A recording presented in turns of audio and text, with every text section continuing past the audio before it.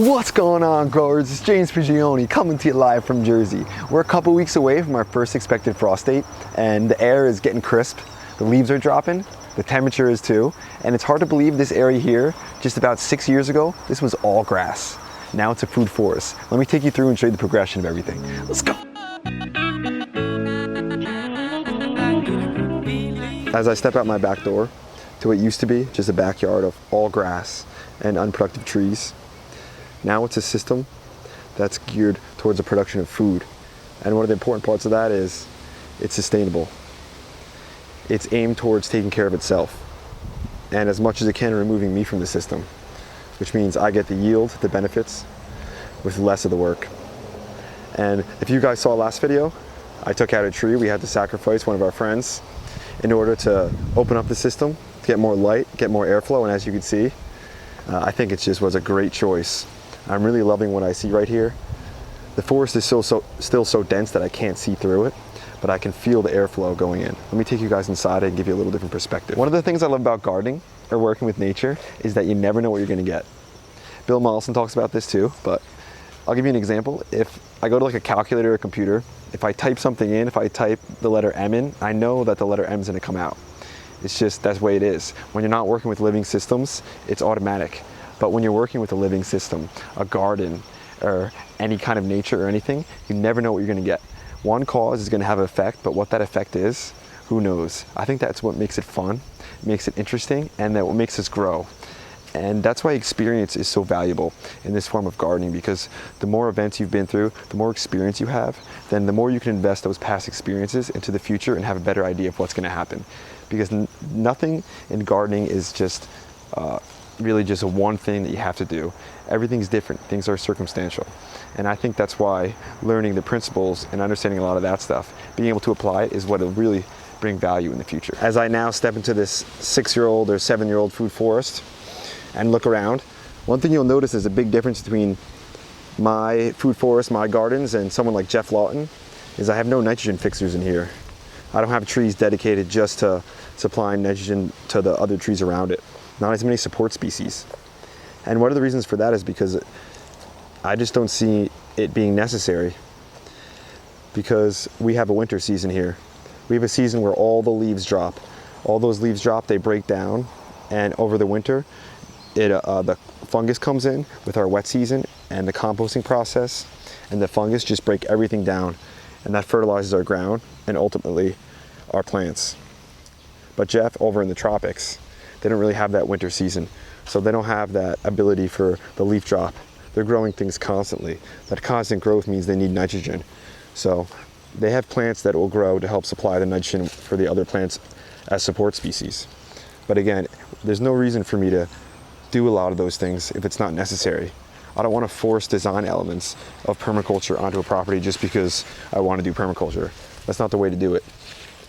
And as you can see here, we're letting nature find a lot of these connections and reactions, and just stepping in as little as we can to tweak those things and improve them. Here's where the tree was.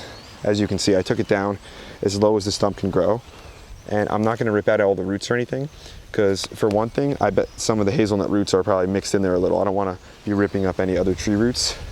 Another thing is I don't want to disturb the soil too much if I don't have to. And the third thing is all those roots in here are just going to break down and feed the worms and feed the fungus and stuff underneath the soil. So it's almost like a hugelkultur bed underground in a sense. So I'm going to be ripping out a lot of these raspberries. Actually, I just have so many raspberries everywhere. We're going to open this section up. We have some ideas, and then when I do plant something, if I run into roots, I'll just cut them out. As you all can see, this hazelnut tree got massive. I'm taller than 6 foot myself, and this thing, I mean, huge. One thing is unfortunate though, we had some temporary defeat this year. In the beginning of the season and through the summer, this thing had a lot of hazelnuts on it. But as the time they were starting to ripen, the squirrels, the chipmunks came, and they were just a little bit greedy this year. But that's okay. Like I said, this was only a temporary defeat. This wasn't a failure. That's how we like to look at things. Everything can be a learning experience. I remember when I first planted my first fruit tree in here. It was, I think, like a $7 tree from like a local store. It was, you know, end of the season. It was in a pot. It was root bound. I put it in the ground. I didn't have much success, but the fact is that I did it. And then I did a little research. Next year I got a few trees more. I planted those, and I planted in the beginning when I didn't know what I was doing. I planted when I didn't want to. I planted in the rain, and I planted when it didn't work. I just kept planting. That was the thing.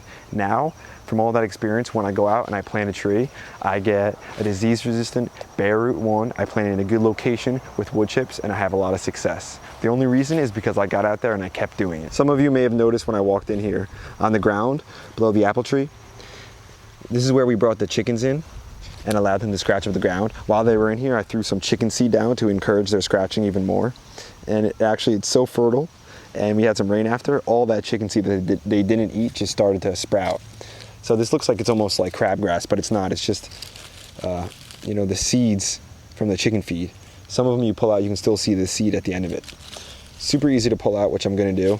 I'll pull all this stuff out just by the roots like this, and then put it in the chicken pen, see if they want to eat the greens.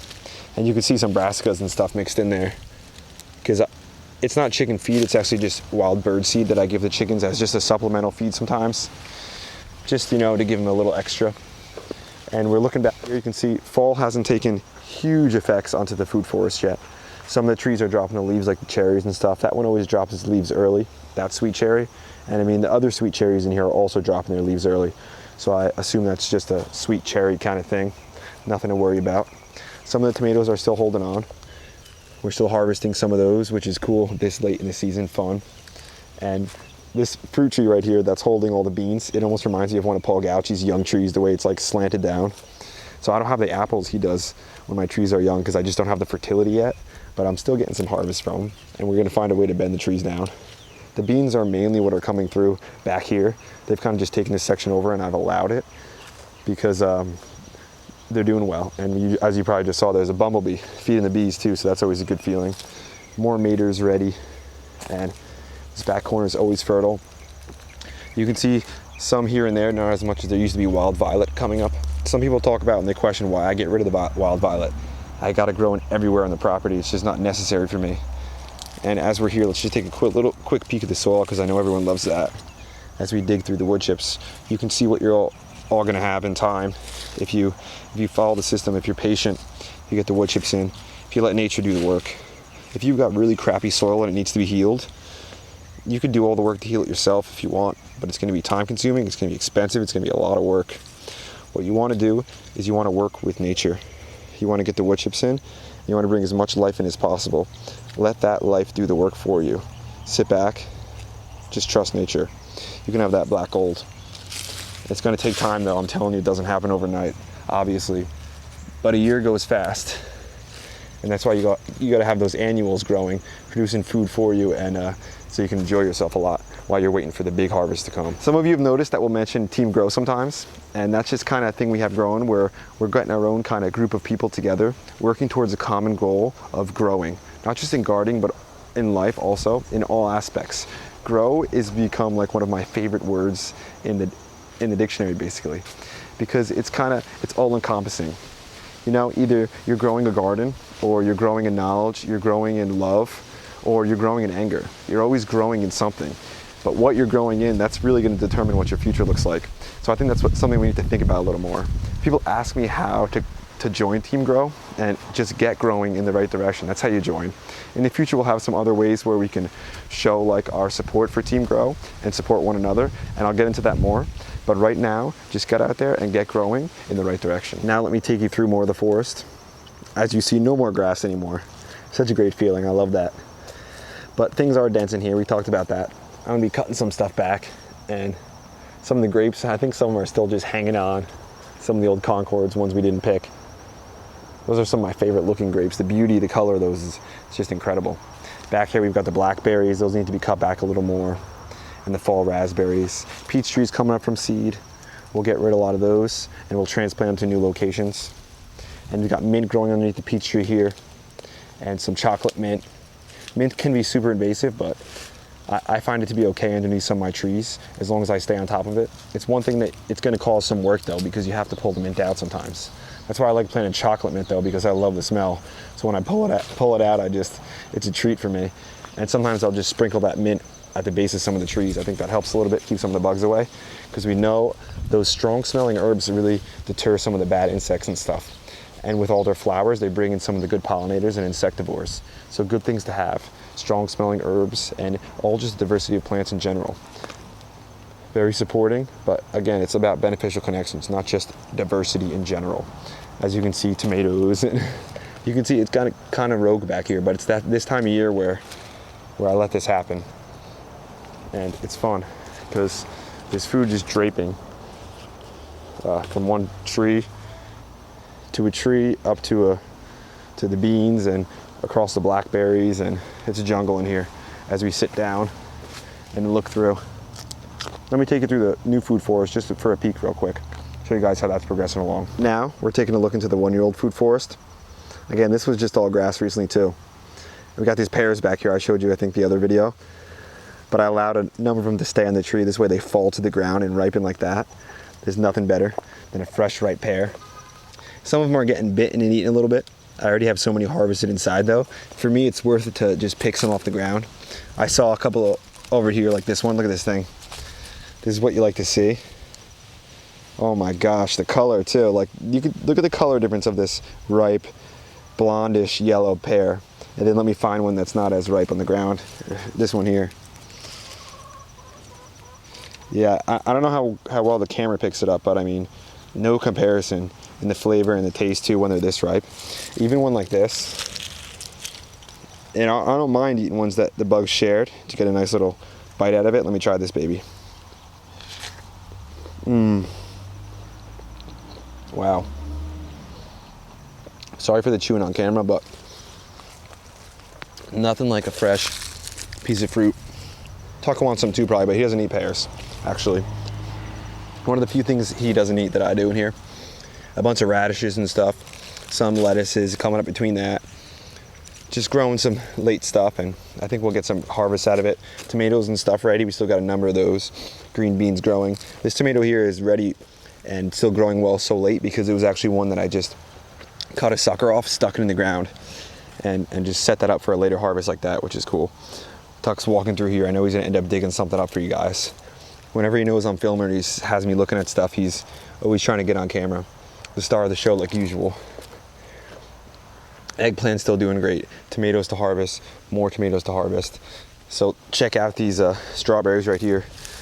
I'm gonna talk a little bit more about that, but look how well incredible those are doing. Whew, beautiful mat. Look at these ones here. Not doing as great. There's reasons for that, we'll talk about it. These ones over here are also doing great. So a lot of things growing, a lot of progress, a lot of food, and so important, a lot of solar conversion. You know, this was all grass. Think about that. Think about how much life was in here. You know, how basic in a monocultural setting like that. Not much life, not much fertilization, not much diversity of nutrients. Now it's just a plethora of nutrients, of life, and it just excites me to be out here every single day. So I know there's a lot of ripe tomatoes in here, like we've done in the past. We'll let the chickens run through here and just have a blast. That's today's video, growers. Thanks for watching. I hope you enjoyed it and got something out of it. Maybe some information, some inspiration or encouragement or something. Or maybe you just saw something and was like, that's not the way to do it. I want to change it up. Regardless, I hope it helped you out. If it did, hit the like button, hit the subscribe button, share with your friends. Don't forget to check us out on Steam It. We're always posting on there. And I want to know down in the comment section, what happened this year that you're learning a good lesson from, that you know is going to benefit and value in the future. And if there wasn't something that you feel like you learned from, then go back and find one of your biggest mistakes. Look through that and find out how that can teach you and guide you in next year's growth. See you guys in the next one. James Prigioni and Tuck. We out.